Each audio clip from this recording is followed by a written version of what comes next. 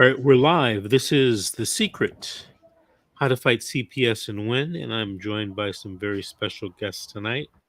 First up, we have Miss G, Georgette Truen. We have Cassandra. Miss Cassandra, how are you? I'm good. He always asks you, how are you? And GT, unbelievable. He's doing fabulous. Cassandra's doing fabulous. Fabulous. Thanks for asking. And I see we have Mr. Brian. Is it Bridewell? Correct. How are you, sir? I'm okay. Good. So you're on with us tonight. You must have some type of connection to CPS somewhere in the United States. Is that accurate? Yeah, Austin, Texas. Austin, Texas. So what's going on with CPS in Austin, Texas? Same as everywhere else, pretty much. I've been in the case for 4 years now, and now they've the placement agency, the foster agency, is actually intervening in my case, not just the foster herself and her lawyer. They have a team of lawyers, and they have filed a writ of mandamus. Mandamus. There you go. A writ of mandamus against the judge, of course. No, it wasn't even anything against me, but it's completely backtracked my visitation.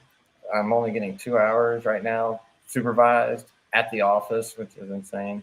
And then because of an accusation that happened in the fall, so they backtracked it to what was happening last fall. And I was supposed to be having my children right now. The judge had signed an order of basically a monitored return, but it wasn't called that. But it was basically, that's what it was. It was a step up, and I should have them full time. And we're already gone to court now. But this writ has been stuck in the court since spring. Well, has there been a temporary order that says your children can't be returned pending the writ of mandamus? Yeah, it's what it's about is because visitation can't change visitation, so they can't give me my kids. Nothing that has to do with me. The only people that have any power right now are the advocates. And the advocates, that's CASA, the ad litem, and CPS, if they have a consensus too, it's not just the majority rules, apparently. They have to all agree I could get my visitations expanded, which they were expanded by them in January under the same order that's in effect right now. But then when this writ went through, all of a sudden they're like, no, CASA's never been my friend since day one. Have you seen the actual order or temporary order that's been issued in the writ? Oh, yes, sir. My lawyer CCs me on everything. Is your lawyer court appointed or private? He's a private, but he's court appointed. Yes. I'm really lucky that I got the lawyer that I have.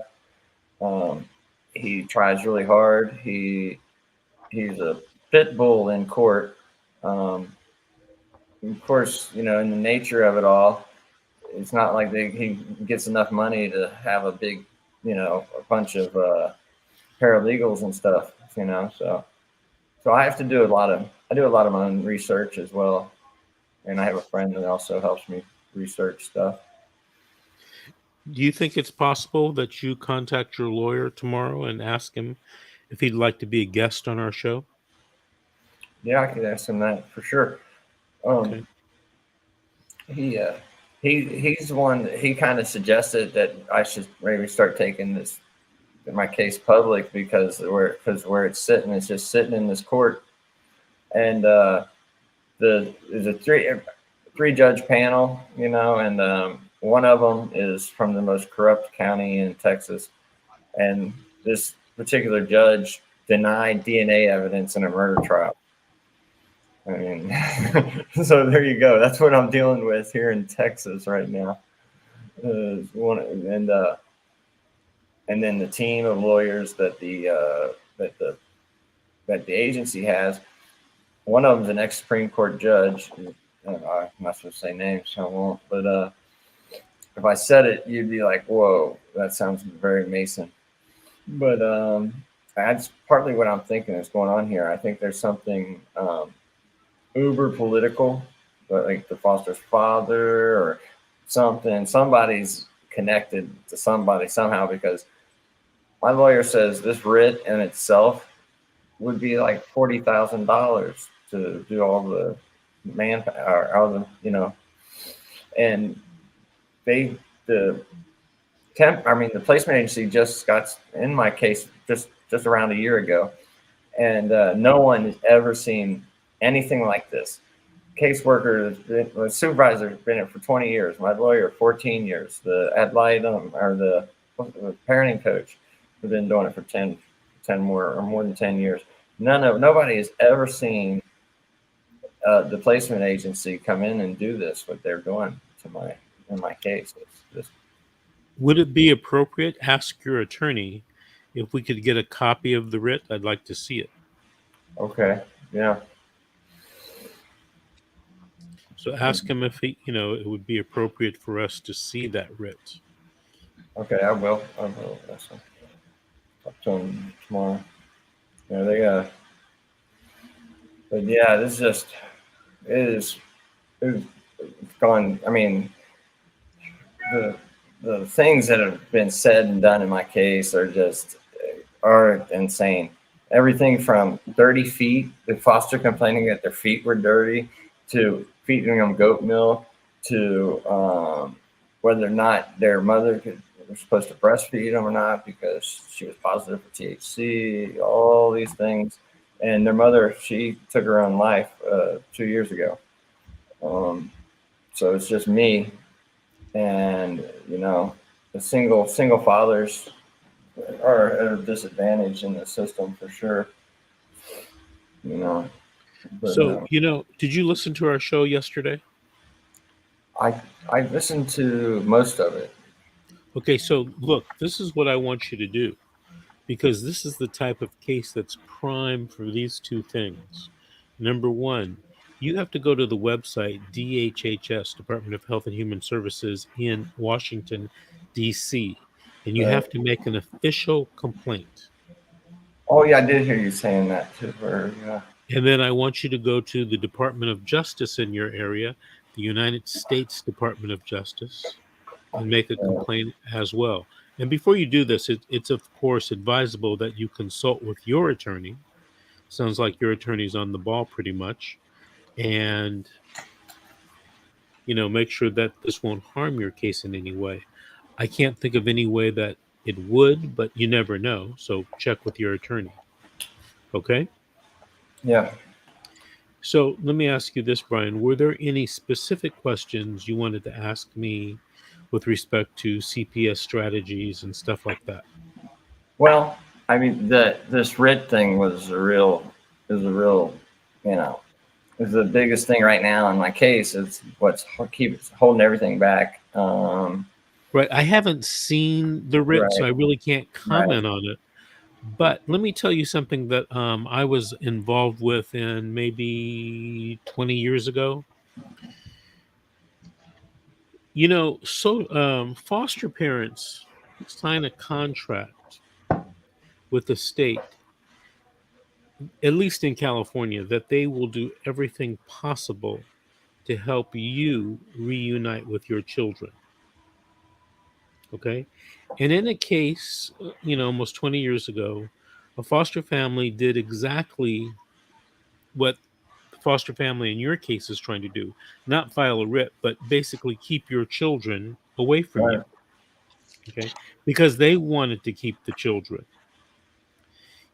Kids that are placed with foster parents can be quite the meal ticket. Right. Especially if the children have been designated any type of special needs.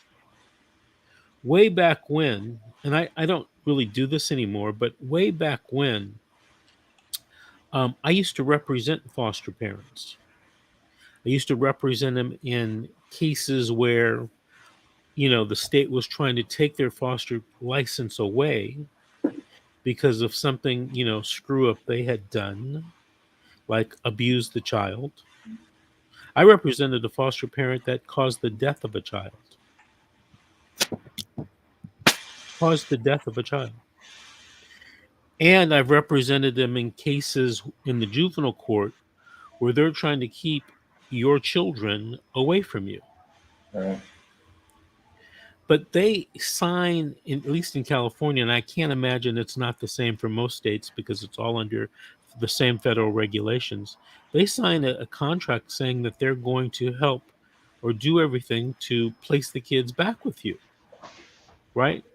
Why Right. send the kids to someone that wants to steal your kids while you're trying to reunify?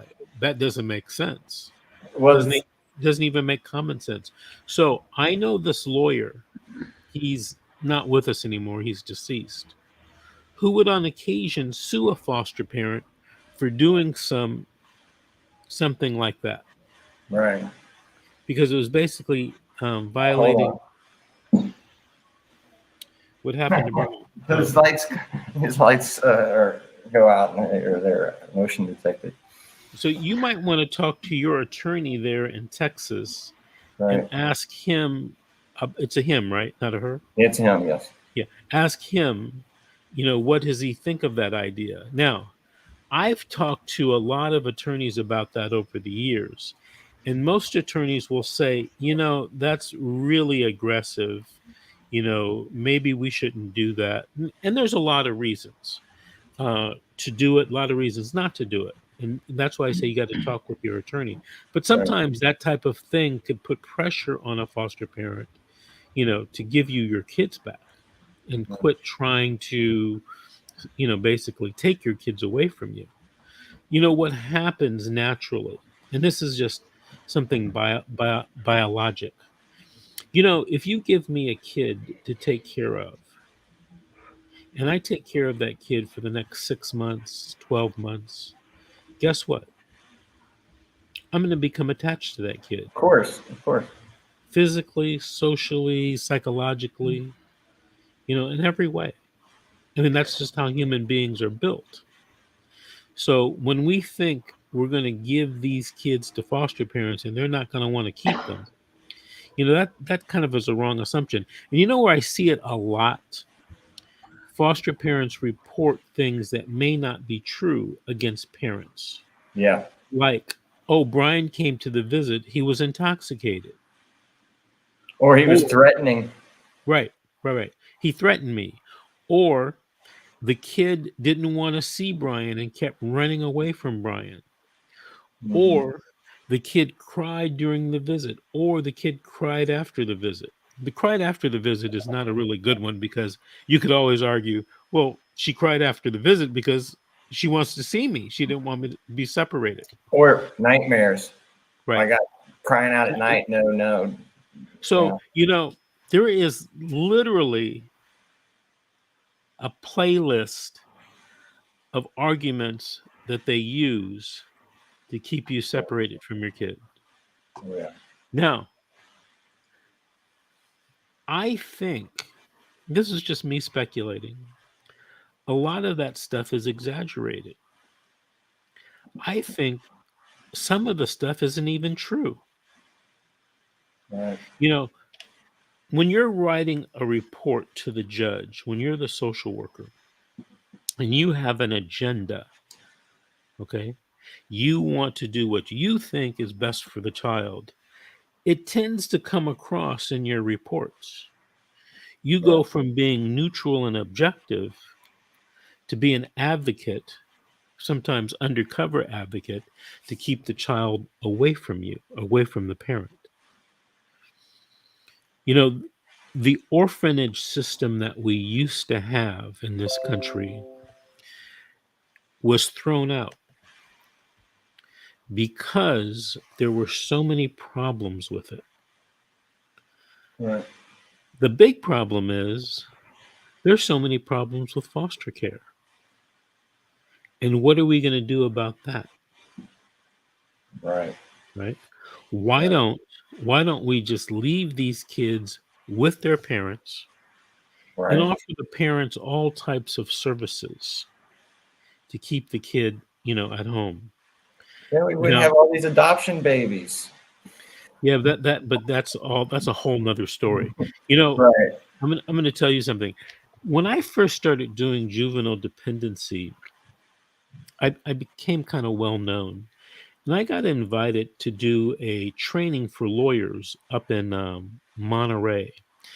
Every year, there's a big training for juvenile dependency attorneys and juvenile delinquency attorneys in Monterey. Now, I don't know what's happened since COVID, but when I went up there and I talked about drug cases that were prevalent, if you were using drugs or the baby was born drug exposed or whatever, they took your kids for sure in LA County. Right. I will tell you something. Half of the people in that conference came up to me and explained to me that they didn't do that in their county, that in their county, they spent money to try to keep the children with the family. And if that meant going to see mom and the kids every day or having this teacher check on the kids at school to make sure that they were didn't come to school dirty and that they were being well taken care of apparently at home, that's what they would do. And the interesting thing was a lot of these guys and gals told me that system was far cheaper, Of course. far better for the kid, and far better for the parent. Of course. As a kid, you take a kid out of a home and send him off to a stranger. That's a traumatic thing. I mean, we all think, oh, the kid's going to get over it. I don't think that's true. Even the abused kid is traumatic. Right. So I digress. But anyway, that was what I'll call the Northern California model. Right. Everybody now in California is on the LA County model. And the LA County model is the model where the counties make millions and millions and millions of dollars. Right. Now, it's interesting. You think the focus is on your children and doing what's best for children, at least from the social worker's point of view. Right. That's what you think. That's Right. what you expect. In Right. my experience, as a lawyer doing these types of cases over 30 years, in general, I would say that's not the case with CPS. And here's the problem. CPS writes the reports and they give them to the judge. And that's a lot of times that's the only evidence the judge has. Because Right. you and your attorney haven't done anything. You haven't called any witnesses. You haven't subpoenaed any documents. You don't get on the stand to testify. So as far as the judge is concerned, judge is making the right decision. The judges don't have a responsibility to go out and investigate themselves. They can't. Right. I do a pretty good job keeping them in check because I record I body cam every visitation, every interaction. I wasn't in the beginning, and I wish I had, but I have been. As soon as they started lying in court, I was like, even they asked me that once. They said, "Mr. Bravo, how long have you been recording everything?" I said, "Ever since the caseworker," and I said her name, started lying in court. And they didn't ask me any more questions about that. But I had to get an expert witness already. There's a private investigator that we sometimes recommend. He's licensed private investigator. So maybe you can find someone that doing this in your area. Right. What happened was kids would go on visits with their parents somewhere in a public place. And inevitably, the social worker would say something that happened during that visit that wasn't true. So what some parents started doing, I didn't think of this, but I think it's a great idea, is having a private investigator in the area in the public space, watching and listening, so that they can come into court and say, no, that didn't happen at all. I was there. I saw the whole visit. It's a shame that people have to stoop to that type of thing to protect their rights as a parent.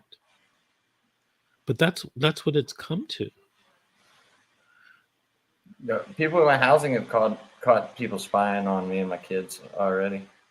Actually, matter of fact, I had a monitor return a year ago, and I made a stupid mistake. I left the kids for a couple minutes while they were napping, and the caseworker showed up right then. Like, they were watching me. I know it. They were watching me. I screwed up, and they took my kids right back from me, and also tried to blame some bruises because I couldn't tell them exactly where their bruises happened, and I mean how and when. And I'm like, I don't know. One of the times they fell. I mean, it's not like bruises just appear instantly, but I've got like hundreds and hundreds of pictures of bruises and contusions happen under foster care. They don't care. Right. My son said he gets spanked. He told it to the caseworker. It was reported. Nothing came of it. They always cover for the foster. Also, I was going to tell you, in Texas, they got a law. The law says if they're in foster care for 12 months, that the foster has the right to intervene. And so so she's legally able to have her lawyer there, and her lawyer has pain, but she's nowhere near as bad as the foster agency's lawyers are. This woman slanders me on the daily. Brian, you know why the foster parents have that right in Texas? Because foster parents have a very strong national and state by state political action arm, or Right. PAC, Political Action Committee. And they go to your state capital, they go to Congress, and they lobby for different laws. Right. I don't know if you've ever thought about this, but foster care is a huge, huge business. Oh yeah, I've thought about it. There's plenty of people do it just for the money. That's unfortunate. Right. That's true. And in Texas, we've been having, I don't know if you've been watching the news, but been a lot on the news lately. We had a whole, they had a home that, one of those, the boarding homes or whatever you call them, right? It was for kids that were sex trafficked, and they were sex trafficking them right down the road from here in Austin. I mean, literally a hop, skip, and a jump from Austin. It's called Bastrop. And Austin, but Texas has passed a new law that says they have to show imminent danger now to remove a child. So under the new law, they wouldn't have removed my children. I was also told that if I hadn't have been in Bexar County, which was San Antonio, is where my boy was born. He was born 5 weeks early, and his mother was positive for THC, and so was he. His cecum. They wouldn't let her breastfeed because of it. It was so insane. But meanwhile, mothers are on Demerol breastfeeding. My son was him and one other baby were the most active babies in the NICU. I heard a video when he's day old and he's reaching in the air and concentration on his furrow, and he was just so interactive as a preemie. It was unbelievable. But all the other babies except one little girl were all like lumps in a sack, potato in a sack, I'd say. And I am positive it's because their mothers were all on legal opiates. Their mother did Hey, Brian. birth both times. Brian, I just posted something to all the pages that we're linked to tonight, and it says if you were a prior foster child that was abused in a foster home, please call me at 888-888-6582. Right. The abuse to foster children is something that occurs in the foster home or the group home is something Right. that we as a society and group of people that work in this field kind of ignore. Right. And let me tell you, there is I'm not going to mention this attorney's name, but the attorney is a very well-known, very qualified, highly qualified minor's attorney. And I was on a case where I represented the foster child and the child. Excuse me, but not the child and the family, because the child had been abused while in foster home. Now, this attorney told me, because we know each other. I've known her. We're not friends, but we've known each other for years, 20 years, 25 years, just doing these cases. This attorney told me to my face that she didn't believe in compensating foster children who had been abused in foster care. That's insane. Heartless. Yeah. I mean, I almost couldn't believe it, what I was hearing from her or from him. Right. Now, I want to tell you that there are some people in the system that believe that, or they feel that way. Now, everybody has their own experiences. Everybody has their own agendas. Everybody has their own, education about things. But just how some people like Biden and some people like Trump and some people liked Obama, right? Right. Everybody's across the board. I'm not going to tell you about my political affiliations, but Right. in the last election, basically, it was 50-50 for Biden and 50% almost for Trump. That's a lot of people with diametrically opposed viewpoints and beliefs. Right. So when I tell you things about the foster or the CPS system, there are people that believe the exact opposite of me and you, because they've never been through it. Right. I once had a client. I represented this gentleman, Caucasian, upper middle class, who got caught up in a CPS case.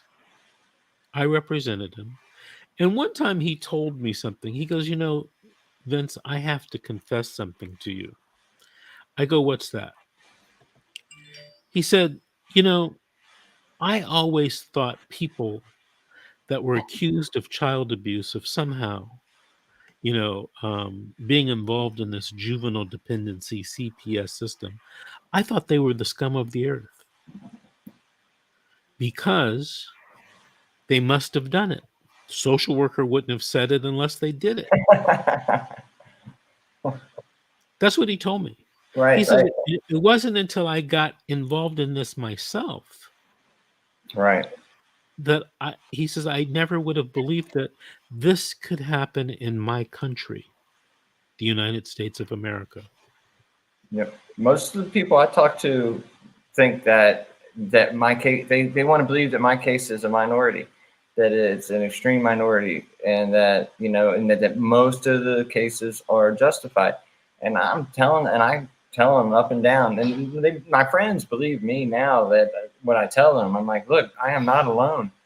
Get on one of these groups. I'm on so many groups. I have to stop looking at the groups sometimes because I get so depressed. But because I cry for so many kids and their mothers and their fathers. But I want to tell you a story. This happened in Northern California. The case is long over. The family moved from Northern California to another state in the South where they currently live. They were originally from there, but they currently live there. In the initial detention report, there wasn't enough evidence to take these kids away from the parents, except for one thing. And it was a statement by a then 11-year-old child that caused the judge to detain these children. Okay? We eventually got the children placed in the South with the grandparents to basically get them away from California. right. In some states, some places in the South, they're kind of, they look differently on these CPS cases. But anyway. Especially in the country. A lot of times. Right. Like, so the social worker wrote in the report ABC. And I happen to have what they call a contested detention hearing. All right. You can have a contest or a trial, mini trial, on the initial time or the initial hearing when they take your kids away. Anyway, I cross-examined this social worker about this statement made by the 11-year-old. And, after you've been doing something for a long time, sometimes you get the feeling that the witness isn't telling you the truth. Right. And I left that day believing that this social worker had not testified accurately or truthfully. But without that statement, she loses and the parents win. Right. Flash forward about 7 or 8 years.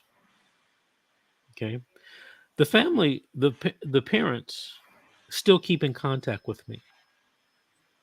As a matter of fact, they watch my shows and sometimes they make comments because they've gone through this themselves. Right. Right. And the child is now like 18 or 19 years old. And one time I talked to her and I asked her, I said, hey, when the case first started, did you ever tell the social worker blah, blah, blah? She said, no, I never told the social worker that. I said, well, what did you tell the social worker? Not much. She just asked me how I was doing, how I was feeling. Was I getting enough food? Did my father ever touch me in my private parts? Standard social worker questions. Right. I said, you never supposed to ask that exact question, but right. So I said, you never told the social worker ABC? No, Mr. Davis, we never talked about it. I said, it's possible you could have talked about it and forgotten it. She said, no, I remember that conversation. They were taking me from my family and my siblings. I remember exactly what we talked about it, like it was last week. Right. So, do social workers ever not tell the truth? Yeah. Oh, I've caught my caseworker multiple times. I've caught her changing her testimony in 2 different hearings. And thing is I can't even afford to get the minutes from the transcripts because it's $500 for one transcript. Oh no, in California, I don't know what it is in Texas, but if you can't afford the transcript, they'll give it to you for free. It's called a fee waiver. I'm sure they must have something like that in Texas. I contacted the court reporters about it, and no. You're asking the wrong person. Right. You need to ask your lawyer. I got all the other paperwork for free because I filed it indigent. Do you think the court reporter is going to tell you, hey, I don't want to make $500? Right. Oh, that's true. You're asking the wrong person. Now, the court reporter may be telling you the truth. I don't know. But ask your attorney, hey, can I get a free transcript? Right. Transcripts are so important. I know, because there are a lot of things in my transcript. I've dude, my report is so full of besides it's like 2,000 pages. My court records for this case is insanely amount of stuff, and so much is false or exaggerated that it's insane. The worst thing that's happened so far was last fall. The caseworkers said that my son, who was 3 at the time, told her that I stuck my finger in his anus. And it's insane. The kid doesn't know the difference between getting butt wiped and what they're saying. You know what I mean?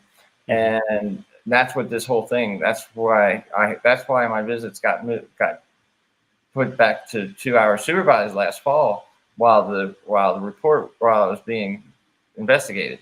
The investigation found unable to determine. So neither. But yet, and then they said, well, the investigator said that I was reason to believe I had emotionally abused my child, which the case is emotionally abusing my child, not me. Okay. Right. So I love how they try to pass that off on everything on you. So then everything he's done, if he didn't want to go to visitation, that was a sign of his trauma and all this stuff. Right. But thing is when he's at visitation, there is no signs of trauma. The parenting coach is totally on my side. I got an awesome parenting coach. She is not down with the socioeconomic stuff. You know what I mean? she's like, look, I was born a poor black girl and I made something of myself, you know? So, you know, it doesn't mean anything. Family, rich, money. And that's the other thing. They think that money and religion make the better parents, you know? And that's why Casa hates me. They don't like me at all. I think they're personally prejudiced against a medical condition I have. Plus, they don't just like me. I was honest with them when they asked me, "You ever plan on using marijuana again?" I said, "When I legally can." I didn't say anything wrong with that answer. Hey, is marijuana legal in Texas? No, we got CBD with a small amount, right? Dude, I can't even do CBD. They test me for 20 plus substances, and I have never been positive for anything other than THC. That was it, and CBD, THC. In California, medical as well as recreational marijuana is legal. Oh, I know. I used to do work up in NorCal. As a matter of fact, I'm not going to say it was me, but somebody was on a farm in NorCal that got raided, and they took everybody to the jail because they were trying to blackmail the owner into saying that his buddy was his partner or whatever, right? So they took everybody, including the mother of the child. Hold on a second. Miss G, you seemed like you wanted to share something with us. You have to turn on your mic first. Hey, Brian, thanks. That's why we call it pulling a Miss G. Brian, this is the first time you've been on the show, and you knew that. Right. You knew that. You got to unmute yourself. I went through a season of Zoom trials. Trust me, I understand. That's because Brian knows me now. Me and him talked for a while, right, Brian? Miss G only does this show every day, but okay. So I'm getting old, Brian. It's called old age. That's what it is. You're being sabotaged. I understand. It's some CPS worker. I'm gonna pretend that. See, Cassandra, do you see what he does? Do you see that? Everybody, everyone. That's pretty low. Isn't it, Brian? Thank you. Well, I think you should answer the comment on the screen. Thank you, Gina. I love you too. I've been really busy. Mr. Davis is keeping me. Really busy. Blame it on Mr. Davis.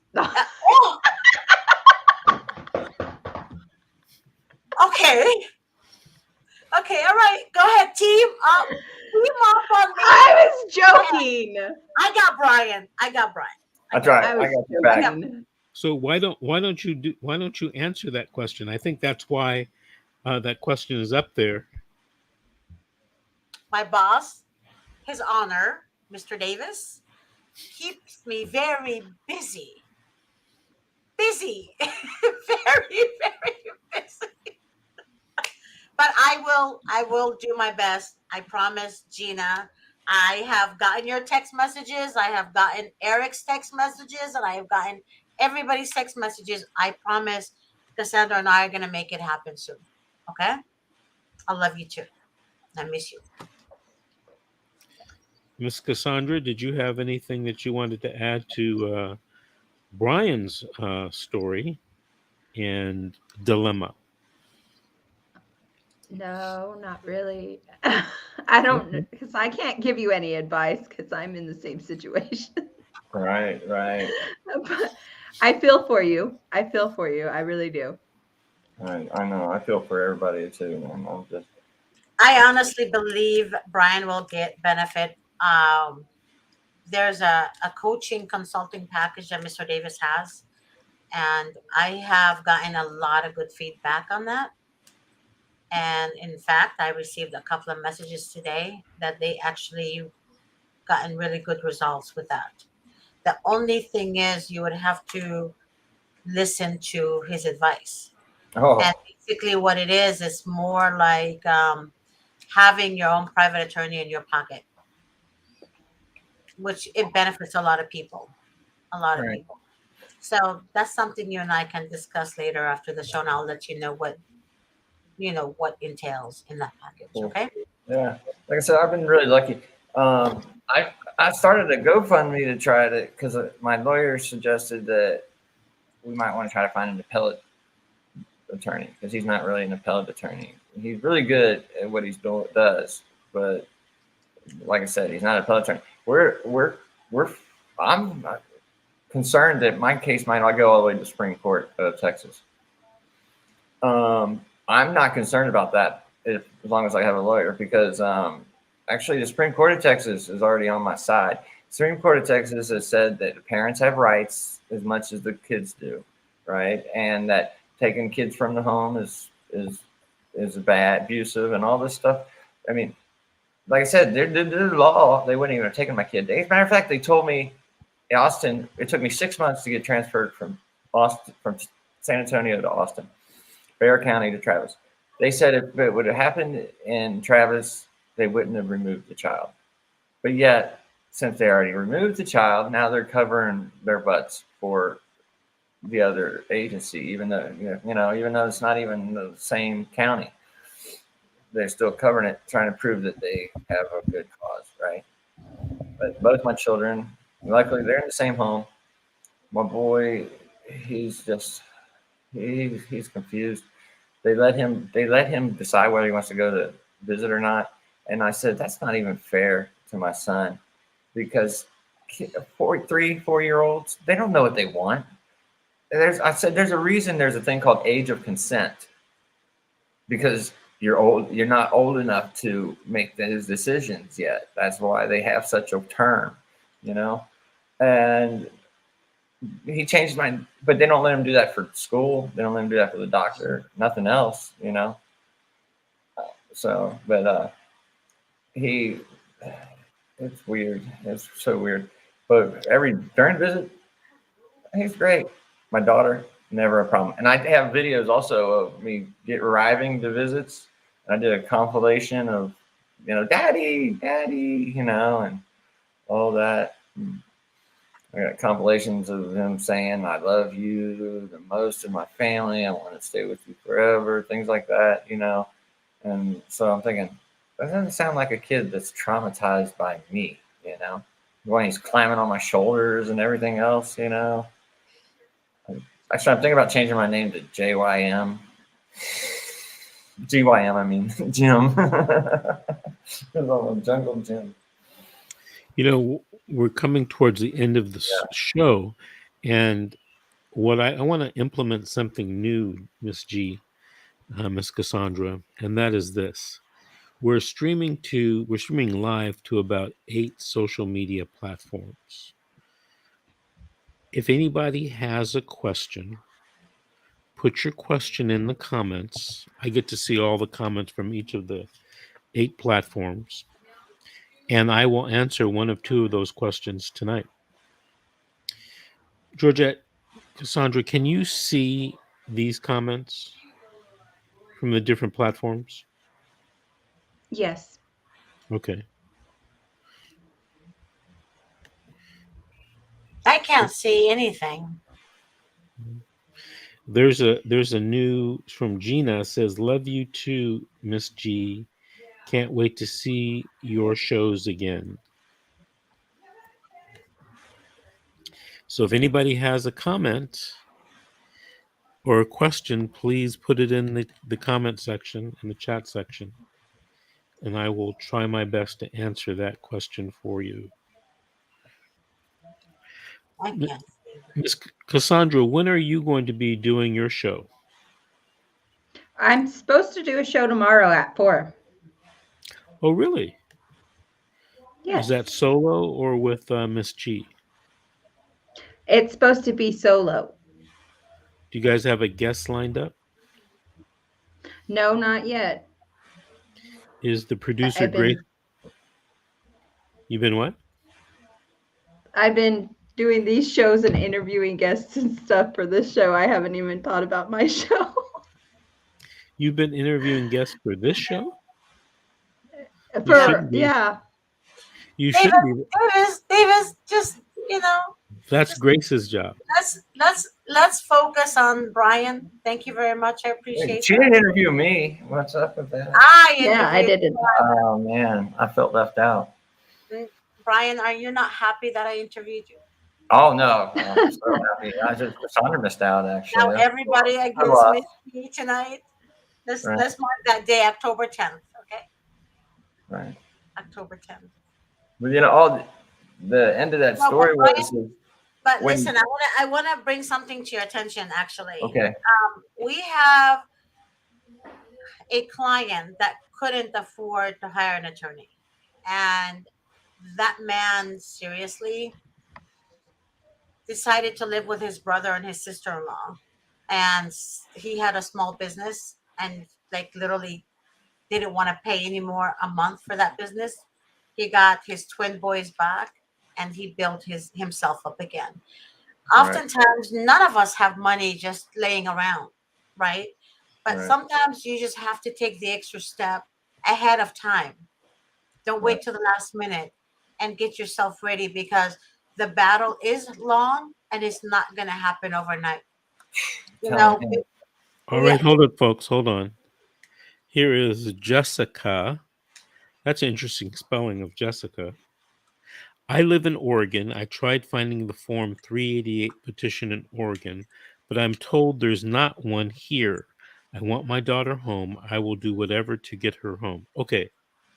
We talked about this the other night, Jessica, with Jennifer, Ani. 388 is something that's unique to California. In your state of Oregon, it's called something else. Okay. So if you're looking for 388 in Oregon, you're just wasting your time. What you might want to do is Google or research or talk to your attorney in Oregon and find out what form is used in order to change a court order. All right. So if you want your children home, you can file a motion or a 388 saying, you want the judge to make a decision right now, no matter what's happened in the past, on bringing the kids home right now. I could answer this question more thoroughly, Jessica, if you told me what stage you're at, because even in California, the stages are different. It's not always the same. There's a different evidentiary burden, and sometimes there are different laws that apply at different stages of the case.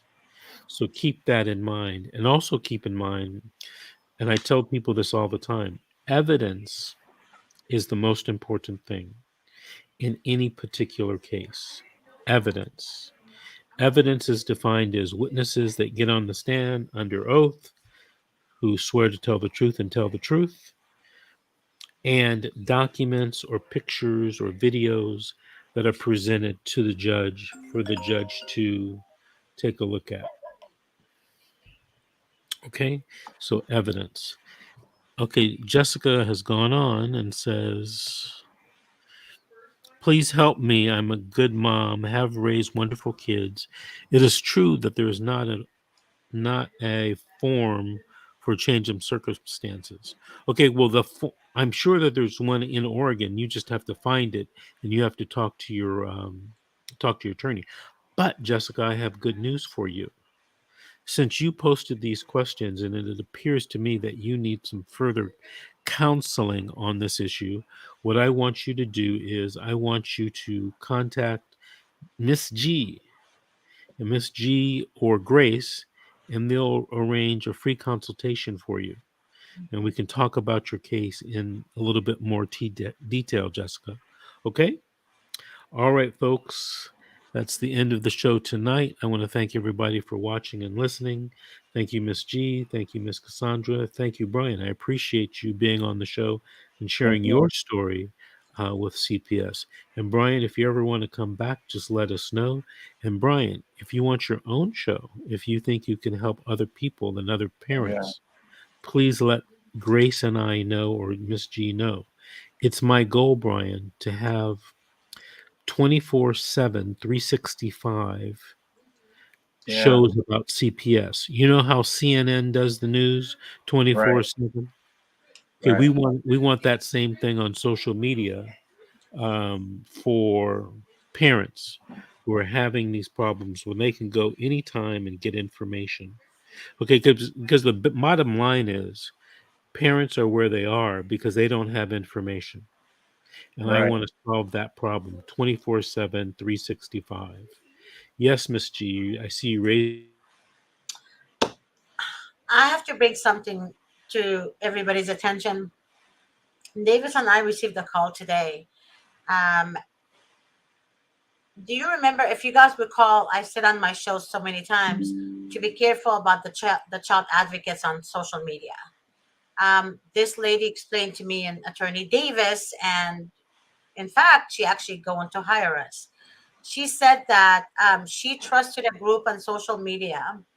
I don't know if I should mention the name of the group or not. It's two groups. I can't. Mr. Davis said no. However, it's very well known. These people are social workers. So, I bet I know which one of them are. oh, okay, probably you do. Those people, and I've told you this, guys, from the beginning of the year. Those people pretend to have, the eagerness to help you. All they do is get information from you and use it against you. Oftentimes you get people saying, I'm a child advocate, I help people win cases. These people have people to write um, reviews about them saying that they won cases because of them. You can't win cases because of somebody who's not qualified as an attorney to help you in a juvenile dependency case. I'm sorry, this shit is not real. I'm sorry. Right. Don't believe it is bullshit. And I've been saying that from day one. I have warned you guys from day one. And thank God Attorney Davis witnessed just a glimpse of all the calls I get that trusted these groups of people. Anyone that have a donation WhatsApp or Cash App, WhatsApp phone number, all that donation to give to them is all, it's a scam. Right. I don't give a damn who they are. Okay, it took years and years and years for Attorney Davis to perfect himself to even understand juvenile dependency cases. So I am sorry, a 29-year-old doesn't have it together. Okay, bottom line. You So, know, I just want to follow up because you have mentioned that a lot. And mhm, usually when I talk to people, they don't mention that to me. I don't know why they don't. mhm, Maybe because I'm a lawyer and, they're going to get some good advice. But it was interesting listening to that caller today. mhm. I was kind of surprised. I was I'm not. kind of surprised. So I would agree with Georgette. If you know, are looking for help, find an attorney that's experienced in your area. Oh wow! Did you do that to I, him? I Mrs. G that was kicked you that off. was G, Miss G. I know. I'm not saying hire me, but hire a lawyer in your area that is experienced and knowledgeable in these CPS courtrooms because it's different. It's a lot different. And I could go on and on about the stories, but Georgette and I have a client that we've been talking to, and I have explained to his lawyers how to do something, and they keep kind of messing it up because there's always, a different exception and this and that, and they don't know. They're very good lawyers, but they're not good lawyers in juvenile dependency cases. And a lot of people don't understand that. But it's like, hey, would you go to a brain surgeon to get open heart surgery to clear up those bypasses? No, right? They're both doctors. They're probably both great surgeons. But one's an expert on the brain and one's an expert on the heart. So keep that in mind when you're picking your attorneys. Miss Georgette, Miss G, I gotta go. I want to thank everyone for watching this evening, and we'll see you guys tomorrow at 7 p.m. Uh, on The Secret: How to Fight CPS and Win. And hopefully, we'll have more people asking us questions that I can answer. All right. Brian, Good night. give me a Good call night. tomorrow. Good night. Okay.